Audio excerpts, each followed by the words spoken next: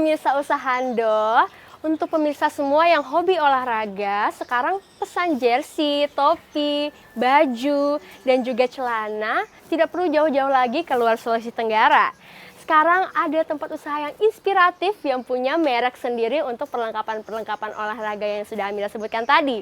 Seperti apa? Penasaran? Yuk kita simak.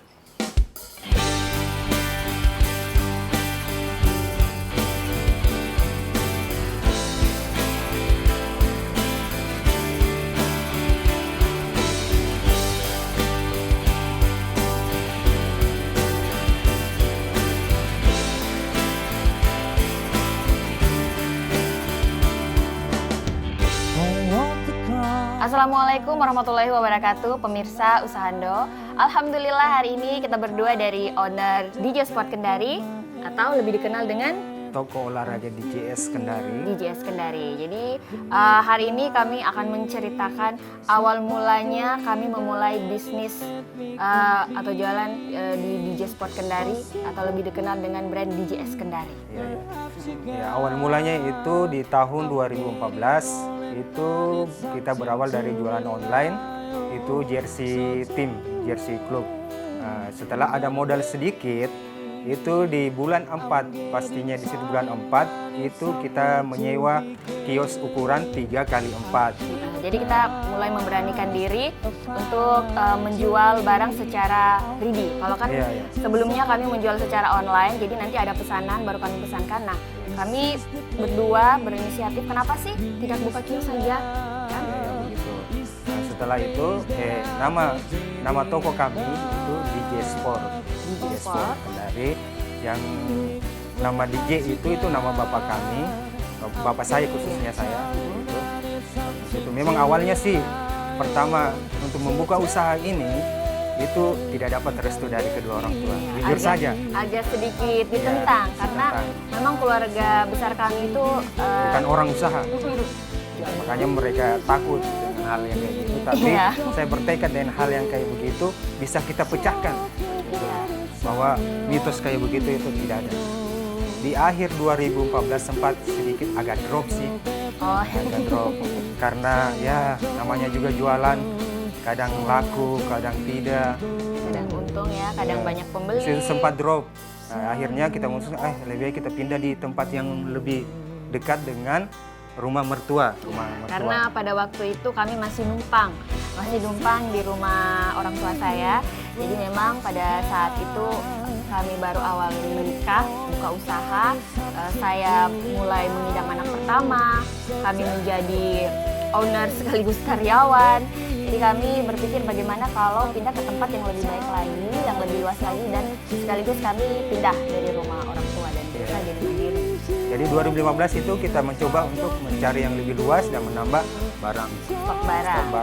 Alhamdulillah pas di pertengahan Agustus di situ lumayan omsetnya. Jadi kita menambah terus dan kita menambah karyawan, ada karyawan satu itu hari.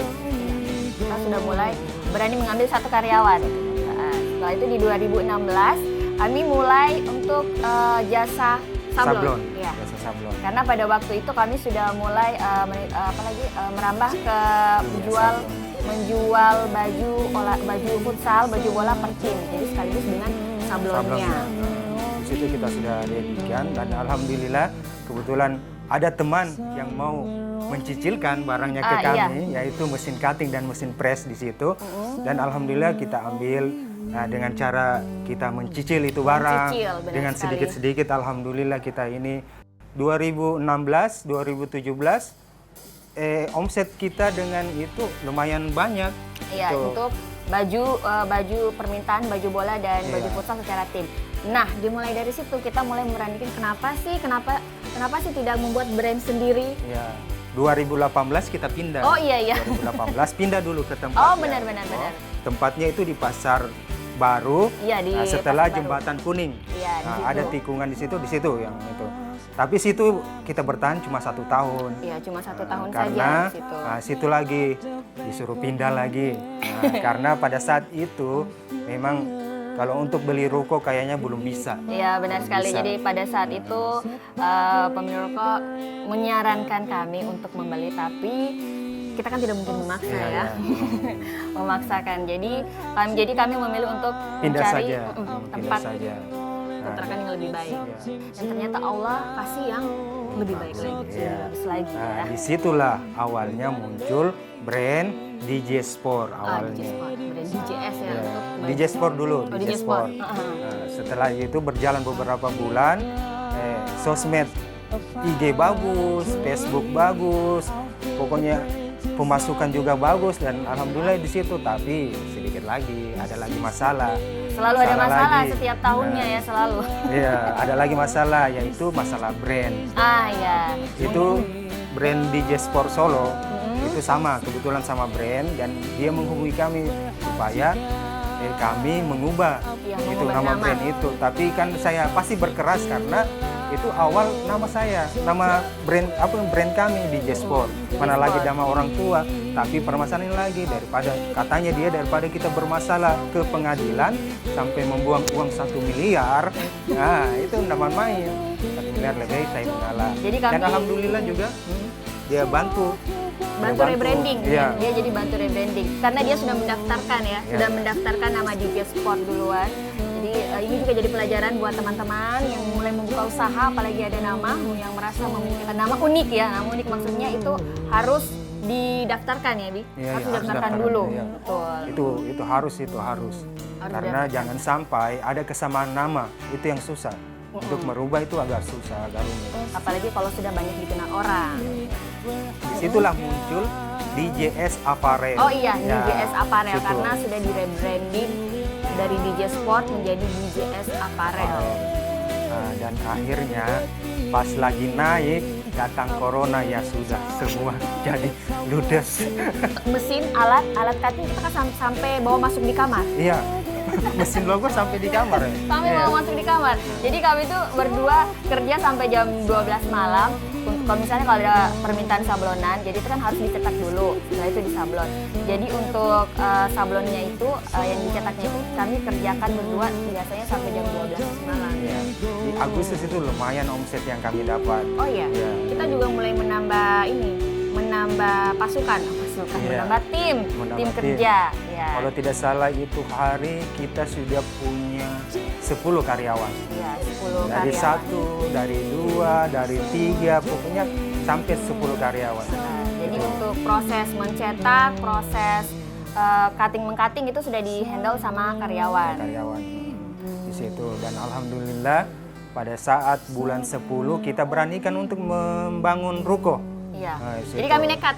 Nekat, Bisa iya. dibilang itu kami nekat karena uang yang kami pegang itu sebenarnya pas-pasan. Iya, bisa saya sebut mungkin uangnya yang saya pegang itu 150 juta. Hanya Kalau 150 untuk juta. membangun ruko itu kayaknya tidak cukup. Tidak Benar cukup. sekali. Dan alhamdulillah konsultasi sama orang tua, terutama ini orang tua. Iya, benar. Para Jadi, pengusaha ingat orang tuanya situ. benar-benar orang tua di sini kami sangat libatkan, kedua orang tua kami, orang tua, mertua, kami sangat benar-benar membutuhkan doa mereka. Jadi apapun yang kami lakukan, kami selalu konsultasi dulu ke mereka, selalu minta doanya. Kami selalu telepon dulu, Ma, Pa, bagaimana ini. Jadi ya karena memang pada awalnya kedua orang tua kami kan tidak terlalu mendukung, tapi seiring berjalannya waktu kami bisa membuktikan ini kami bisa gitu kan. Bukan hanya sebagai sebagai pedagang, sebagai pengusaha kami juga bisa. Alhamdulillahnya kedua orang tua sudah mulai mendukung. Nah, pada saat kedua orang tua sudah mulai mendukung, sudah mulai ridho, alhamdulillah semua berkembang dengan Iya, iya. masya Allah sekali.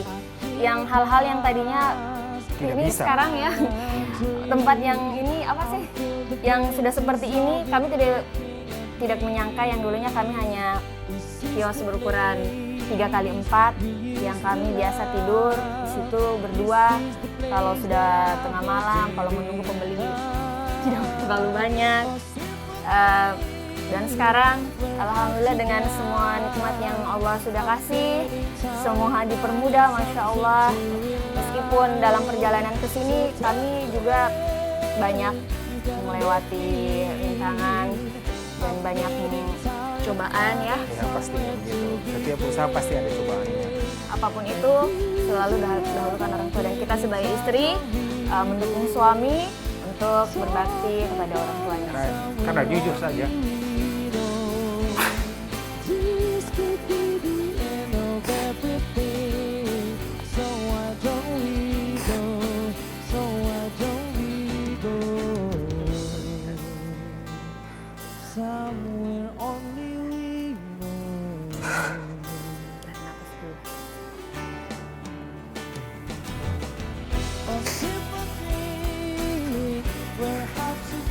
Jadi suami saya ini benar-benar sangat memuliakan kedua orang tuanya, begitupun dengan kedua orang tua saya. Jadi kami merasa apa yang kami capai ini bukan karena kami kerja keras atau apa, tapi semua karena izin Allah dan sekaligus dengan kedua orang tua kami. Itu sangat mungkin itu. Kalau saya usaha, memang saya kalau orang tua saya memang dahulukan. Karena kenapa? Kunci sukses seorang laki-laki adalah di orang tuanya. Percuma kita usaha kalau kita tidak mulaikan kita punya orang tua. Apapun kerjaannya, tidak akan Allah mudahkan. Percaya saja dan yakin dan percaya. Kalau kau mulai kemuliakan orang tuamu, kau utamakan orang tuamu, mertuamu, insya Allah semua yang apa kau inginkan akan akan dipermudah jalannya menuju. Itulah saya ini, maksudnya itulah tips dari saya. Kunci sukses dari DJ Sport Kendari sama toko olahraga DJ Sport Kendari, DJS Kendari.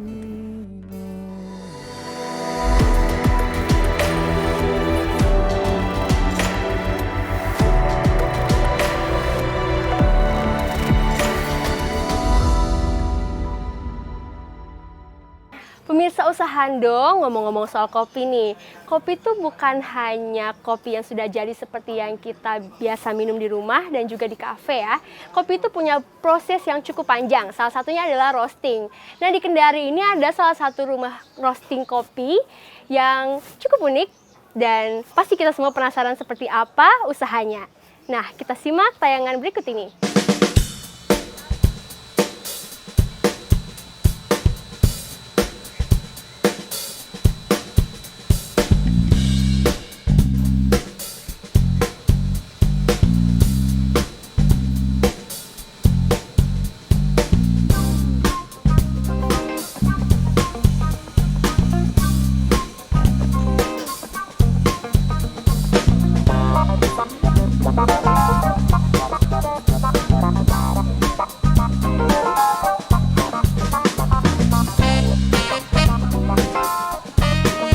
Halo pemirsa Usahando, saya Anto Saputra, saya seorang roaster. Saya juga selaku owner dari Soliluna Coffee Roaster. Hari ini saya sedang menyangrai kopi. Ada beberapa kopi yang kami punya. Ada Robusta, ada Arabica. Hari ini saya sedang menyangrai kopi Robusta dari Mamasa Nosu, Sulawesi Barat. Dalam beberapa treatment roasting, kita ada beberapa perlakuan untuk menentukan semaksimal apa rasa yang kita bisa hasilkan. Di roasting sendiri yang kita tentukan paling pertama adalah variabel suhu. Setelah kita menentukan variabel suhu, kita menentukan proses development kopinya kita. Dari proses yellowing, drawing, sampai masuk ke fase first crack, sampai akhirnya kita menentukan cita rasa yang kita mau seperti apa. Setelah itu kita lakukan proses cooling bean. Cooling bean adalah proses untuk mendinginkan kopi ini.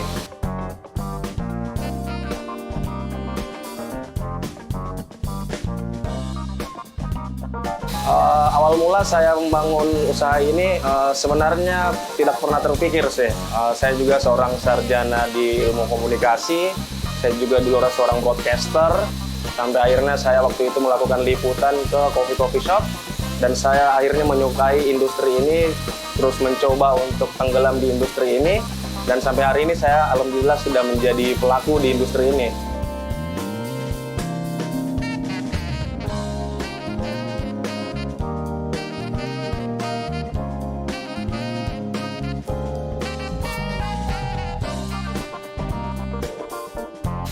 Awal mula saya juga menjadi seorang barista awalnya. Setelah menjadi seorang barista, saya ikut ke mentor saya untuk main ke quality control product. kita mainnya ke lab, main ke roasting, dan akhirnya sampai sekarang juga saya sudah menentukan pilihan hidup saya untuk bekerja kali ya. Saya memilih untuk main di industri roasting kopi. Jadi awalnya semuanya dibangun dari nol, dari kita menabung, dari kita jualan kopi nebeng, sampai akhirnya kita bisa beli alat produksi sendiri. Kita pakai alat produksi VNT 2,5 kilo. Ini mesin kopi dari Vietnam. Dan hari ini kita punya di Kota Kendari, masih pertama di Kota Kendari. Jadi kalau untuk mesinnya kita ini di Kendari masih pertama, di tempat lain belum ada untuk Sulawesi Tenggara. Tujuan kita mengupgrade alat kita yang punya quality supaya hasil produk kita juga itu punya quality yang maksimal. Karena pertumbuhan coffee shop sekarang kita mainnya bukan lagi ke produk yang terlalu komersil. Kalau untuk visi misi kita sendiri, kita pengen mainnya ke hal yang specialty atau grade-nya itu grade yang berkualiti.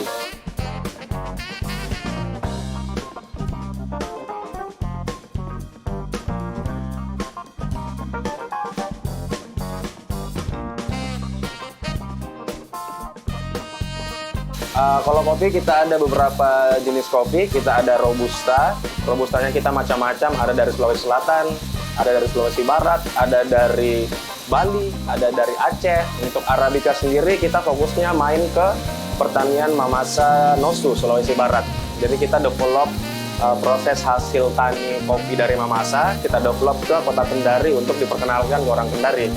Kalau untuk biji kopi dari Kota Kendari sendiri kita belum pasok karena hari ini kita masih menunggu proses quality dari petani kopi kita sendiri di sini. Jadi hari ini kita fokuskan untuk permintaan vendor kita maunya kopi kayak gimana, dan terus kita adain. Setelah kita adain, vendornya kita uji quality, ketika mereka terima, akhirnya kita melakukan proses kerjasama. Kalau kesulitan untuk produksi kopi, yang pertama harus tahan panas mungkin ya. Karena uji quality sambil roasting itu sebenarnya hal yang sangat bekerja keras banget, karena walaupun ruangan kita ber-AC, tapi tetap kita akan menghadapi yang namanya panas. Itu sudah pasti sih.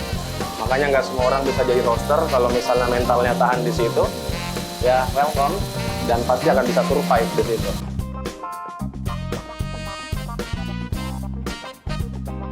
Harapan saya di Kota Kendari, industri kopi bisa lebih berkembang lagi.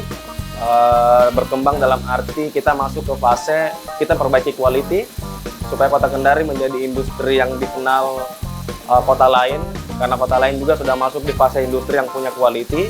Dan visi misi kita hari ini adalah membuat industri kopi Kota Kendari itu bisa mengenal kopi yang punya quality, kopi yang specialty seperti apa, kopi yang baik dan benar itu seperti apa, kopi yang sehat itu seperti apa, biar kita bisa masuk ke dalam kategori konsumsi yang healthy. Karena masih banyak sekarang hari ini minuman-minuman kopi di luar sana yang basicnya belum healthy. Visi misi kita adalah membuat kopi yang healthy, customer kita juga bisa merasakan kualitas kopi yang baik, sampai akhirnya industri kopi Kota Kendari bisa maju dan bisa dikenal di kota-kota lain lagi, khususnya untuk roaster, coffee shop, dan petani-petani kopi lokal kita.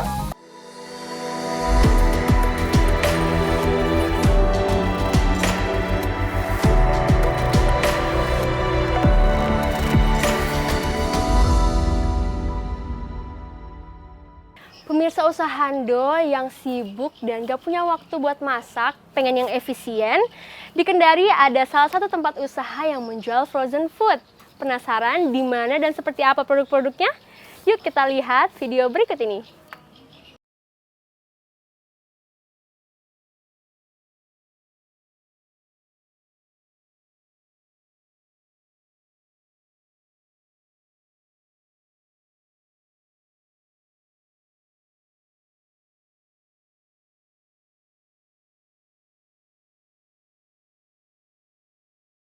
Assalamualaikum warahmatullahi wabarakatuh. Pemirsa usahando, perkenalkan nama saya Mutmainah selaku Ketua Organisasi Jaringan Perempuan Pesisir Sulawesi Tenggara. Komunitas perempuan pesisir ini terbentuk karena adanya COVID-19, di mana masyarakat Kota Kendari mengeluh terkait PSBB pada saat itu. Dan kami berinisiatif beberapa kawan yang mau bergabung di komunitas organisasi jaringan perempuan pesisir Sulawesi Tenggara kita berdiskusi bagaimana cara menangani COVID-19 karena pada saat itu banyak terjadi kekerasan dalam rumah tangga, kekerasan ekonomi, terus di mana para pekerja informal yang bergabung di komunitas ini, mereka di PHK besar-besaran dan mereka pada saat itu tidak mempunyai pekerjaan dan di mana mereka menghidupi keluarganya dengan cara bekerja. Pada saat itu mereka di PHK, mereka tidak punya pekerjaan sama sekali. Untuk jenis usahanya itu ada somai, ada nugget, dan kami juga bergerak di bank sampah, di bidang bank sampah, di mana di organisasi kami itu ada pekerja informal seperti pemulung. Kami juga punya komunitas pemulung dan kami berdayakan di situ. Proses produksi dari nugget itu sendiri, pertama bahannya ada ikan, terus ada tepung, ada kanji, semua bahan-bahan bahan somai begitu.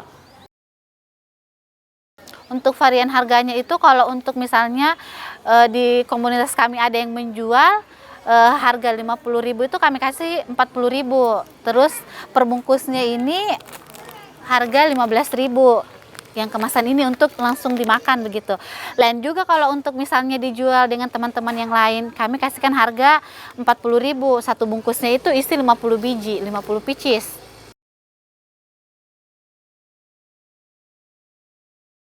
Semoga usaha kami ini bisa berkembang, terus bisa dikenal di seluruh kota Kendari, dan kami bisa bekerja sama dengan dengan pemerintah Kota Kendari. Terus kami juga bisa bekerja sama dengan supermarket biar usaha kami makin berkembang dan ibu-ibu sejahtera, ibu-ibu anggota organisasi Jaringan Perempuan Pesisir.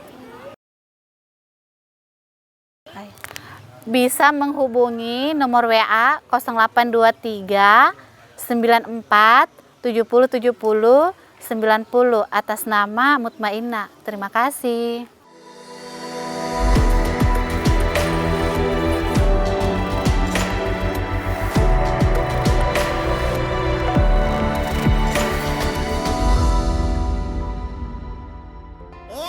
Kak Iksan, pasti kita semua mau tahu dong informasi-informasi dalam suatu kemasan. Nah, sebenarnya informasi-informasi di suatu kemasan itu penting tidak sih? Dan fungsinya itu sebenarnya untuk apa? Jadi kalau kemasan itu dia ada dua indikator, Kak, aspek penting yang harus kita pahami. Satu, kemasan itu sebagai alat pelindung produk. Yang kedua sebagai alat pemasaran. Alat pelindung produk tentu beberapa produk UMKM harus digenis. Jadi fungsi kemasan itu memang membantu untuk memberikan lindungan kepada produknya kita. Jadi tidak harus memahami kelembapan udaranya, harus memahami supaya dia tetap terjaga kualitasnya. Terus yang kedua sebagai alat pemasaran, nah ini yang paling penting, Kak. Sebagai ujung tanduk dari sebuah produk itu kan yang dikenali oleh konsumen itu kemasannya dulu, bukan pada produknya toh. Jadi ada dari kemasan itu ada beberapa unsur yang harus diperhatikan, dari merek, warna, bentuk, dan ilustrasi. Jadi kalau sebagai pemasaran dia itu sebagai identitas dari sebuah produknya kita. Nah, sebagai pelaku UMKM, kita ini pasti mau tahu sebenarnya yang paling penting dalam suatu kemasan itu apa sebenarnya, Kak Iksan? Kembali ke poin awal tadi, peran kemasan itu kan ada melindungi produk. Nah, perlindungan produk itu perlu ada pengakuan yang kita urus legalnya. Mungkin kita pernah dengar BPOM ataupun halal. Nah, ini yang harus kita tampilkan kalau kita berbicara satu contoh kemasan di produk makanan. Nah, jadi ada produk halal dan juga BPOM. Nah, itu untuk BPOM itu untuk produk makanan yang bertahan di atas 7 hari. Nah, di halal sendiri itu supaya proses produksinya itu sesuai dengan halal, thayyiban. yang sesuai dengan standar yang berlaku di Indonesia. Ya, jadi informasi awal di kemasan itu kan berisi infografis. Biasanya itu ada PIRT-nya, ada halalnya, ada nama mereknya. Itu kan penting untuk pemberitahuan kepada kepada konsumen. Karena biasanya itu tuh kalau tidak tertera itu biasa jangan sampai expired atau lainnya. Jadi kemasan itu setidaknya memberikan gambaran awal terkait produk apa yang kita jual ini.